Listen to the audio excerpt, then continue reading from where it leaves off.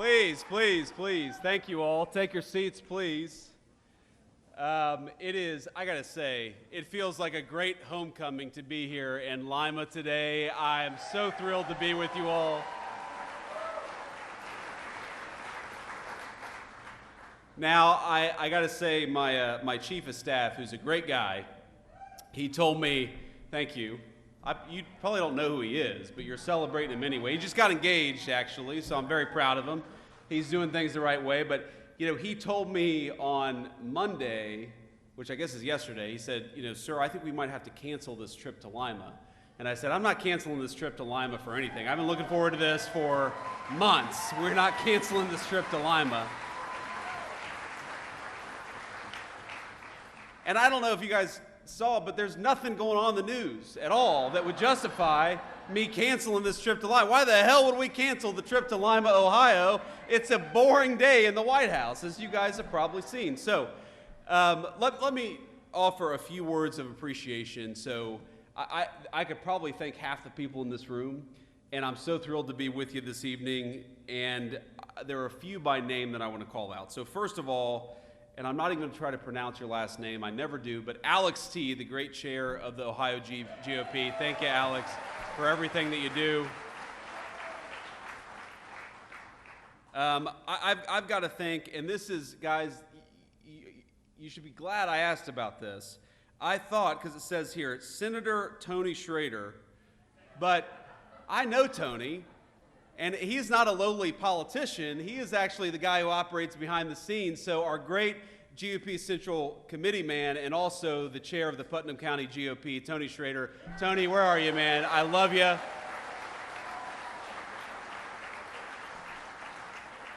Hey, Tony's been so good to me from the very beginning, and I'm going to tell a little story here. That's what I'm going to do. You guys are going to be stuck here for 45 minutes me telling stories. I'm just in such a good mood. Unfortunately, we've got these cameras back there, so I got to be a little bit careful. If I say something really stupid, somebody's got to stand up here and stop me before I embarrass myself in front of national TV here. But Tony Schrader was, when I decided to run for office the very first time, it was the Senate race back in Ohio in 2022. And so this is sort of early 2021 when I'm going around and giving speeches. I haven't even declared my candidacy yet, and Tony Schrader was actually backing somebody else in the primary. Now, Tony was backing a person who is a very dear friend of mine, Jane Timken, who's, I don't know if Jane is here, but Jane, hey Jane, how are you?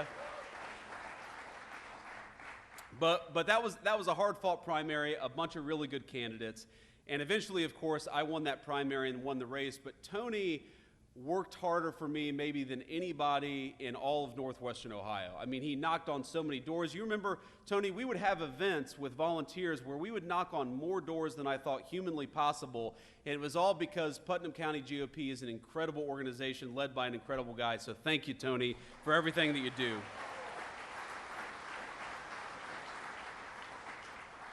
Of course, no thank you here is complete in Lima, Ohio, without thanking our great Allen County GOP Chairman Keith Cheney, who has an incredible voice.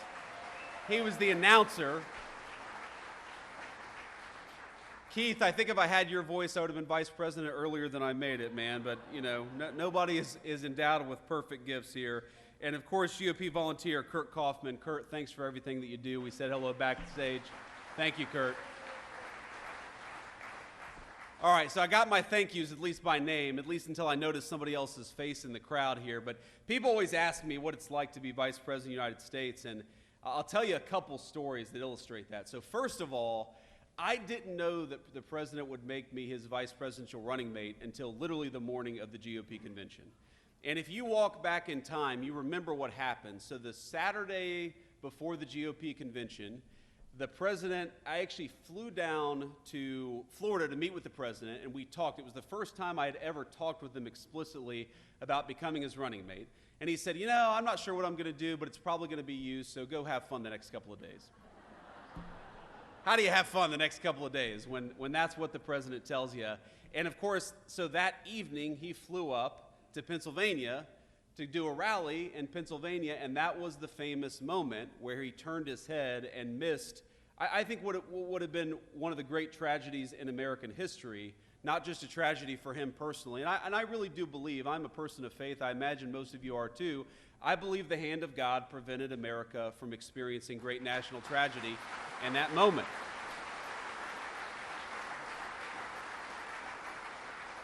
But so I call the president that night. It's probably 2 in the morning at this point. I call the president that night. Remember, I just met with him that morning talking about becoming his running mate. And I'm like, sir, how you doing? And he's like, I'm fine. He'd just been shot in the ear. I'm fine. You know, nearly lost his life, but totally fine. He goes, how's it playing out there? And I'm like, Mr. President, I think it's playing pretty damn well, because if remember, he had that photo where he raises the fist iconically. And I said, I think that photo is going to go down in history as one of the great photos. And of course, I was right about that. So the morning of the convention, the morning he announces me to be his nominee, he calls me at around 11:45, and I'm not kidding you, I don't answer the phone. And I don't know what had happened. We had just landed in Milwaukee. We've got 3 little kids. You know, it was a hot day. We were trying to get through all the security to get to our hotel room. I don't know what happened. So I call him back 15 minutes later, and he answers the phone, and he says, JD, you just missed a very important phone call. I said, yes, Mr. President. And he said, I'm going to have to select somebody else now. And of course, you know, my heart stops, and I think he's actually going to do it. But then he asked me to be his running mate. He actually talks to my son, and you know, the rest is history, right? The rest is history. So that's the first story. The second story that I'll tell you is we've probably been in the Oval Office for all of 10 days. And I'm sitting there, and we have a phone call with a foreign leader. I won't mention who. And it's a tough phone call. There are some tough issues that we have to work through with this foreign leader. And he asked me to come sit behind him at the Resolute desk so that if I need to say anything, I can just speak directly into the speakerphone. And it's early in the administration, so there's not a whole lot in the Oval Office yet. And there's this sort of wooden box with a red button sitting on the Resolute desk. And I think to myself, that's probably not a button that you want to press, right?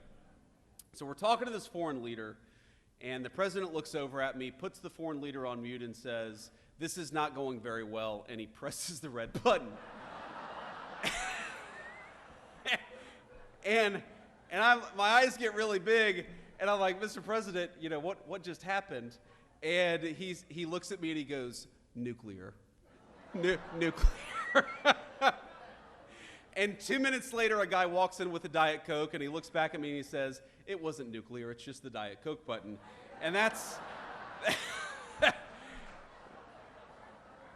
So that's the kind of guy, my fellow Republicans, that we have as the President of the United States, a guy who can do a good job, but keep a sense of humor.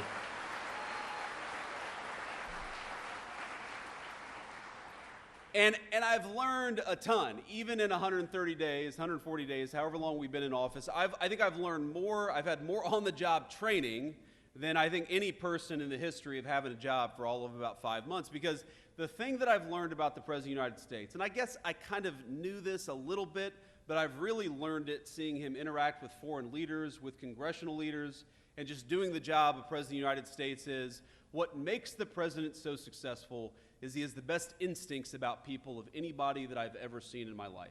He knows when somebody is selling him a load of BS. He knows when he's making progress, when he needs to cut something off. He knows when he's dealing with somebody that he can trust, and he knows when he's dealing with somebody that he can't trust.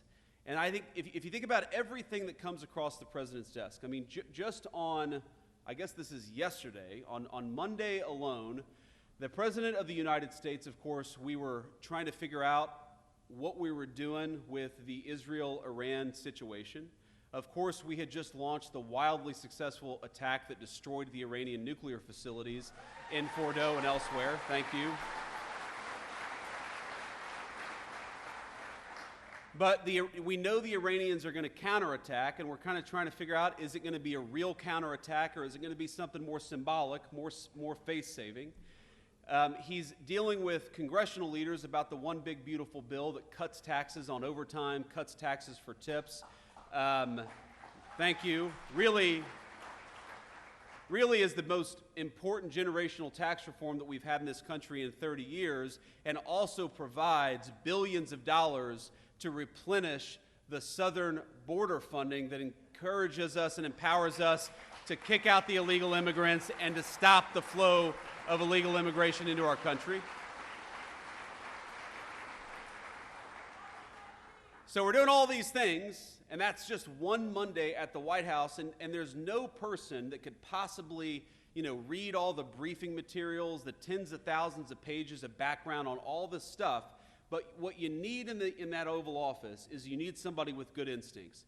You need somebody who can tell when a person is negotiating on behalf of the American people, and you need somebody who knows when they're negotiating against the interests of the American people. And I'll tell you, you do not want to be a person in Donald Trump's Oval Office who's negotiating against the interests of the American people, because they'll throw you the hell out and tell you exactly what he's going to do. And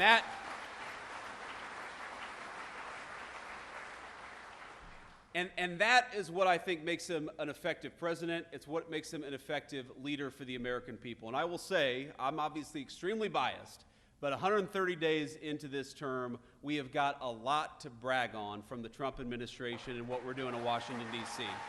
Let me run just through a few of the ways in which the Trump administration has been wildly successful. And let me start with the thing that is, of course, in the news. And what the president said going back 10 years, if you look at the campaign in 2015 and 2016, and he said it consistently through his second term, is that he does not want Iran to have a nuclear weapon. It's very simple.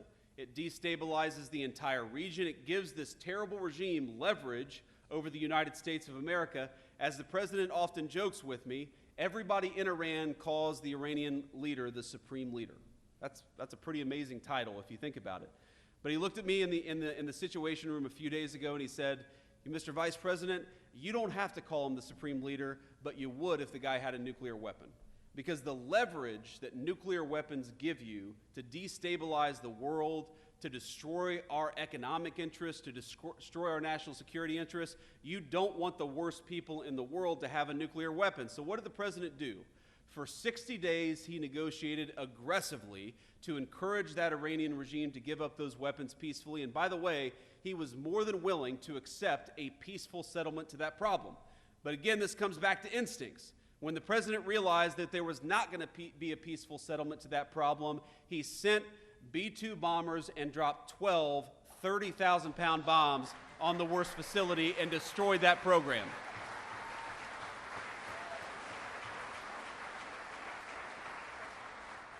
And I think there are a lot of Republicans, by the way, I count myself among them, who after the past 25 years, they don't want to get involved in another long-term, protracted Middle Eastern conflict. We all saw what happened with Iraq and Afghanistan. And so what I call the Trump doctrine is quite simple. Number one, you articulate a clear American interest, and that's, in this case, that Iran can't have a nuclear weapon. Number two, you try to aggressively, diplomatically solve that problem. And number three, when you can't solve it diplomatically, you use overwhelming military power to solve it, and then you get the hell out of there before it ever becomes a protracted conflict. That is the Trump doctrine.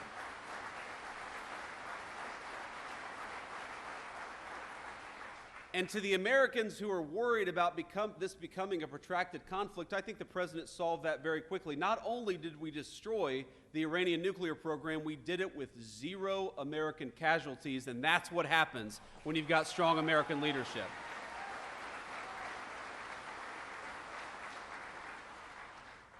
Now let me talk to you about something else. For every month that you've got inflation numbers and jobs numbers and wage numbers coming out, I'll come into the White House and I'll say, that this happened now about 5 times, where seems like every economist and every financial journalist in the world says that Donald Trump's policies are going to lead to higher inflation. They're going to lead to lower jobs. They're going to lead to lower wages. And for now, 5 months in a row, every single time we come into the news, and it turns out the economists' expectations missed. Because wages are higher, inflation is lower, and our economy is roaring in a way that it has not in a very, very long time. That is thanks to good presidential leadership. And I'll bring it back to instincts, because when the president came into office, he said, frankly, what he's been saying for 30 years, that we have got to stop allowing foreign companies to take advantage and foreign countries to take advantage of the United States of America. Why in God's name would we allow cheap, slave labor manufactured stuff from a foreign country to come into our country, undercutting the wages and jobs of American workers. And the reason we allowed that to happen is for 30 years we had a bipartisan failed consensus that we ought to let cheap plastic garbage come into our country at the expense of American jobs and the American families who depend on those jobs. You know what President Trump said? On April the 2nd, he said, if you tried to undercut the wages of American workers, if you tried to bring in this crap, if you try to expose the American worker to an economic unfairness that you don't force your own countries to deal with, we are going to slap a big fat tariff on what you bring into this country. We're going to penalize you. For once, finally, we had an American president who said, if you want to destroy the wages and the jobs of American workers, you're going to pay a big fat penalty because of it. And that, I believe, has saved the American economy.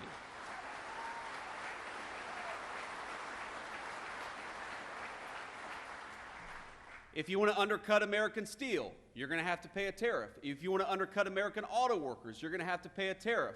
And all the economists said, well, what this is going to do is going to produce inflation. And no, what the president said is what it's going to do is one of two things. Number one, it's going to force a lot of people to move their factories back to the United States of America. And we've seen more foreign investment in the past 130 days than you've seen in any 130-day period in the history of this country. Or, he said, what it's going to cause is these foreign countries are going to open up their markets to American manufactured goods. Because here's the crazy thing. You go to Germany, you go to Japan, you go to South Korea. Some of these countries, by the way, are very important allies of ours. But how many American-made automobiles do you see on the streets of these foreign countries? Very often, zero. But we allow all of these countries to come in and do business on our shores. Well, the deal is fair trade. If we're going to let you do business in the United States of America, you damn well let us do business in your country, because that's how we create prosperity for American workers.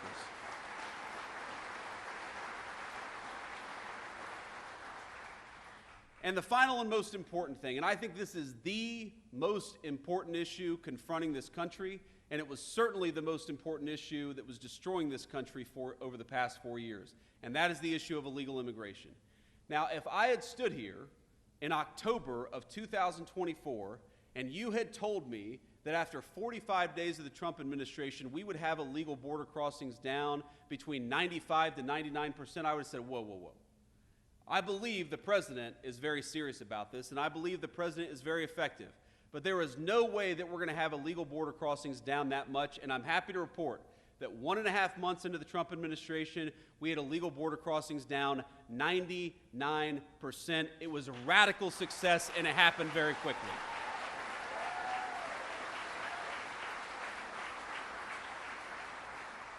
And I believe, ladies and gentlemen, that saved the United States of America, because we know exactly what the Democrats, not because we had to read their minds, but because Democrats would go out and say that what they wanted to do with those 25 million illegal aliens is give every single one of them the right to vote and turn them into permanent wards of the Democratic Party. And if we allowed that to happen, if we allowed the Democratic Party to import voters instead of persuade voters, that would have been the end of American democracy. You hear the American media say all the time that Donald Trump is a threat to democracy. The threat to the democracy is Democrats importing voters instead of persuading their fellow citizens.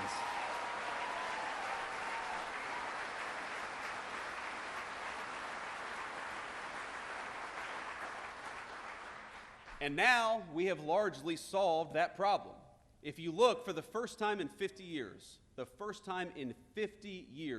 we now have net negative illegal immigration. That means we're deporting more people than are coming in through illegal immigration. That is the biggest testament to a change in presidential leadership. And I was in the Senate when the Democrats were trying to say that the thing that we had to do was pass this ridiculous, massive new set of laws and new set of amnesties to get control of the American southern border. And as the president said at the State of the Union just a couple of months ago, it turns out you didn't need a big new law to secure the border. You just needed a new president of the United States.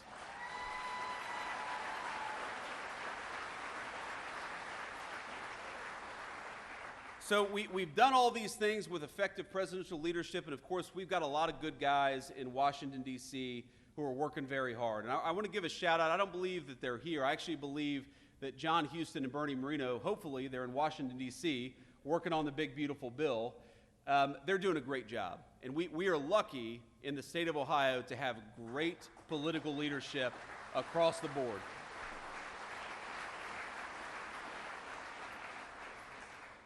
You know, Bernie, I remember talking to the president about Bernie Moreno's candidacy, and, you know, the president really, I mean, look, Sherrod was a tough candidate. Sherrod Brown was a tough candidate. He always did better than national Democrats, and the president himself was a little skeptical that anybody, and we had a lot of great candidates running in that race, the president was skeptical that anybody could beat Sherrod Brown.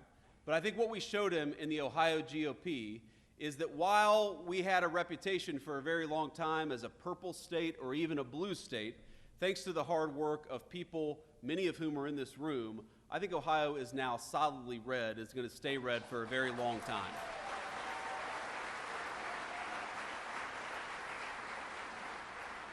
But you and I know that's not going to come without a lot of hard work, and I want to talk just a little bit about what that means, because look, I am very much a product of this political party, of this Ohio GOP. I would not be where I am without it. I believe, in fact, the first time that I've driven on 75, and I've got my Midi purple tie, Middletown Middies, our color's purple here. I wore it in honor of the Middletown Middies. The first time that I've driven on I-75, I'm pretty sure as vice president, was to come to the Lima GOP event here today. And I think about the number of times, thank you, Keith, the number of times that I've driven up and down Interstate 75 as a kid when I was working at a tile warehouse delivering tiles to Findlay, Ohio, or as a, there we go, or as a Senate candidate who was trying, you know, showing up and speaking to groups of 12 people trying to earn votes. I think that what is so great about the Ohio GOP is that we really are strong top to bottom. We've got great candidates running for statewide office, but we've got I see a lot of young people here, many of whom are getting involved in politics for the very first time.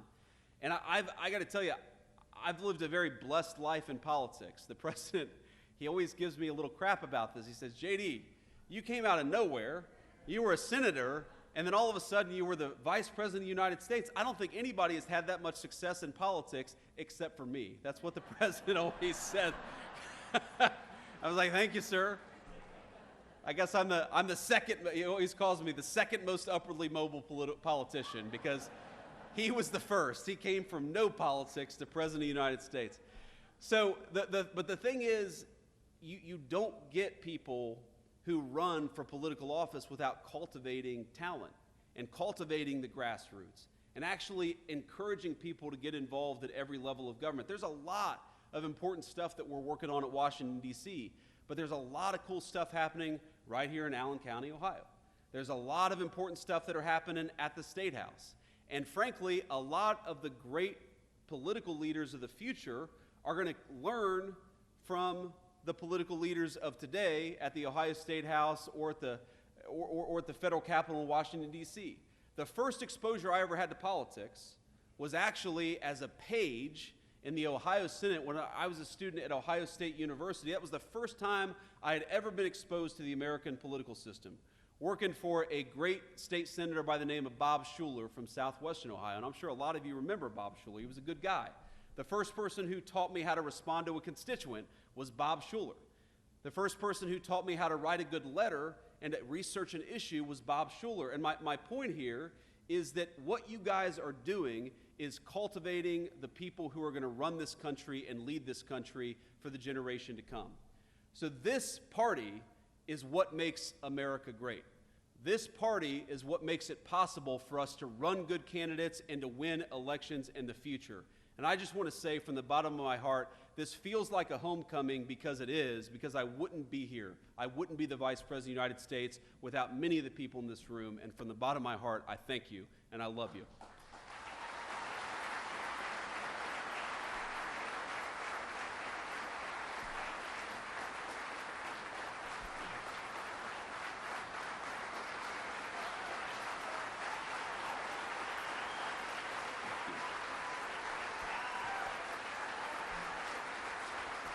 Well, thank you, thank you. I should quit while I'm ahead, honestly. I should just walk out the door now. I'm not going to do much better than that, I think. But that was another crazy thing that happened on January the 20th. Man. So I called the president on January the 18th, and I said, sir, I know the inauguration is very important, but let's be honest. The vice president is not the most important at the presidential inauguration. The president is. So would you be okay if I, put my hand on the Bible, took the oath of office, and then headed south to attend the national championship game as the Vice President of the United States, because that's a very important, skip all the inaugural balls. Usha, who I think all of you have come to love as second lady, she's doing a great job, and I'm proud of her. I don't know, honestly, how much Usha really wants to wear high heels for 9 hours on that day anyway, so just let us go to the national championship game. The president was like, no, JD, I can't do that. You got to be there. But to walk you through that day, so we do the inauguration, and it's crazy. You're going from one event to the next. And I show up to the very first ball, which was the Commander-in-Chief's ball. And because I've got, you all, every single one of us here has been to a wedding on a Saturday during a very important Ohio State game. And we love the people who are getting married, but we're also like, why the hell did you have to have your wedding on an Ohio State game? And you've got the guy, who's sitting outside the bathroom on his phone or has got his iPad out. Every single one of us has been to a wedding like this. You all know what I'm talking about, okay? Well, I was that guy because every single one of my buddies was like, we're proud of you for becoming vice president, but could we get the hell out of here and watch this Ohio State game? So what we did is that we rented a conference room where they did the Commander-in-Chief's ball. And we actually, we had an open bar, we turned it into a big party, and we had the Ohio State game on. So I go in there, right, for like 20 minutes. It was the only 20 minutes that I kind of got to myself, and I, hung out with my buddies, and we watched Ohio State. And if you remember this game, Ohio State got a massive early lead over Notre Dame, right? The beginning of the game was very, very good. So I kind of started to relax a little bit. It's like, oh my God, I just got inaugurated vice president, and the Buckeyes are going to the national championship all on the same day. This is the best day of my life, right? It's not going to get much better than this. And then, we went to a couple balls, and then I think it was after the second ball, before the third ball, I was watching on the TV, and Notre Dame started to catch up a little bit. If you all watch this game, you remember Notre Dame started to catch up a little bit, and so I was like, you know what? I'm going to be late to the third ball, and I'm going to sit here and watch this game. Because if Ohio State loses, I'm going to hate myself forever for not having sat here and cheered on the team during these final moments. Of course, it all worked out. Ohio State won. They came to the White House. I don't know if you saw, I broke the damn trophy when they came to the White House. That was one of the most embarrassing moments of my life. I was hoping that, no, we didn't see that. We didn't see that, JD. No, all of you are laughing. Everybody saw it. But the point is that it was an amazing way to connect the great Buckeye state of Ohio and what was happening, because without this state's GOP in particular, Donald Trump would not have been president the first time, and we certainly wouldn't have the great Senate majority that we now have for the second administration. And the president, as you all know, he actually has a very deep affection for the state of Ohio, because he was the person who turned Ohio really from a purple state to a red state. I mean, all of you remember this. I mean, where is Bob out there? Is Bob Paduchik out there? There's Bob Paduchik. Give it up for Bob Paduchik.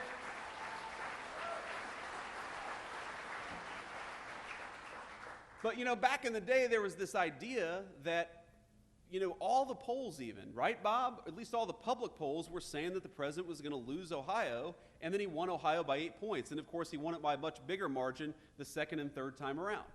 But he recognizes that what this state represents is hardworking, patriotic Americans who feel abandoned by the Democratic Party, and the Republican Party is now the home for people who work hard, who play by the rules, who want to live in safe communities, and just want a government that looks out for their interests and no one else's interests. That's what this party is ultimately all about.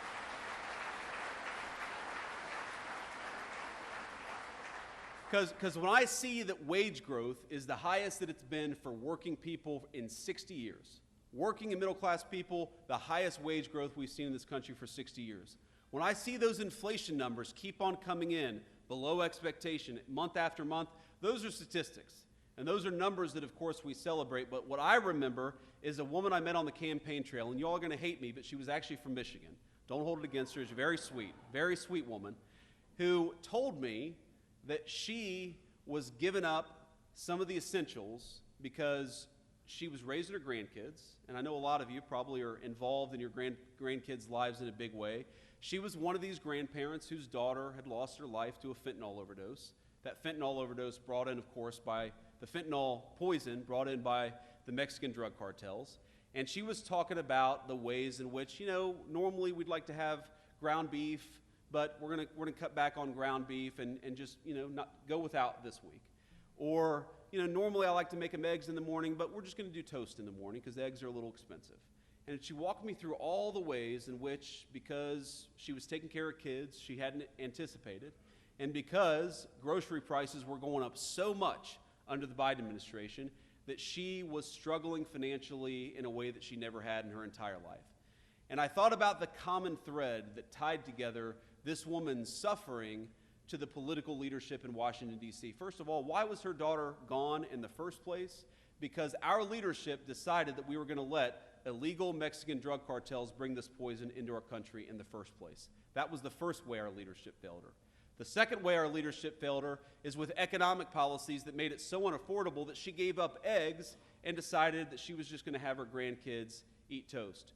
The third way that this country had failed her is because the education system, where she just wanted to send her grandkids to learn reading, writing, and arithmetic, she was terrified that they were falling behind, that they were learning, if anything, propaganda from political activists instead of the basics that would help them get ahead in life and eventually have a good career to be able to provide for themselves. At every step of the way, the previous administration had failed this woman, and I could see it in her eyes, the American dream, this very idea that the next generation is going to be better than the generation that came before it. She was losing faith in that American dream. Now, I haven't talked to that woman since we were elected. I haven't talked to that woman since the campaign stop where I met her probably 7 or 8 months ago. But when I see that energy prices are lower, when I see that illegal immigration is down, when I see that fentanyl overdoses are down, when I see the president under his leadership, we're arresting Mexican drug cartel members at record numbers, what I see is an Ohio Republican Party and a national Republican Party that is fighting successfully for the American dream.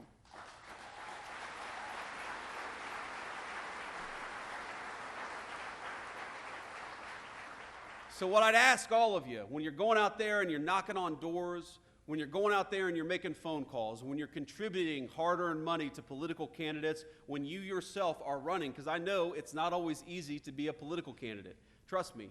In Washington, D.C., they have this thing where I think it means we're number one in Washington, D.C., but all the pink-haired people throw up this sign, and I think, that means we're number one, right? I choose to take that as that symbol in Washington. But all kidding aside,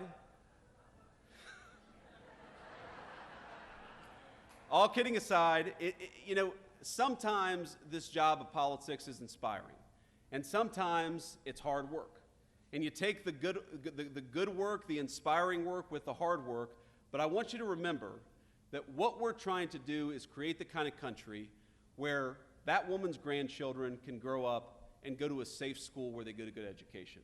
We're trying to create the kind of economy where those grandkids, if they work hard and play by the rules, can provide for their family with a dignified, high-paying job.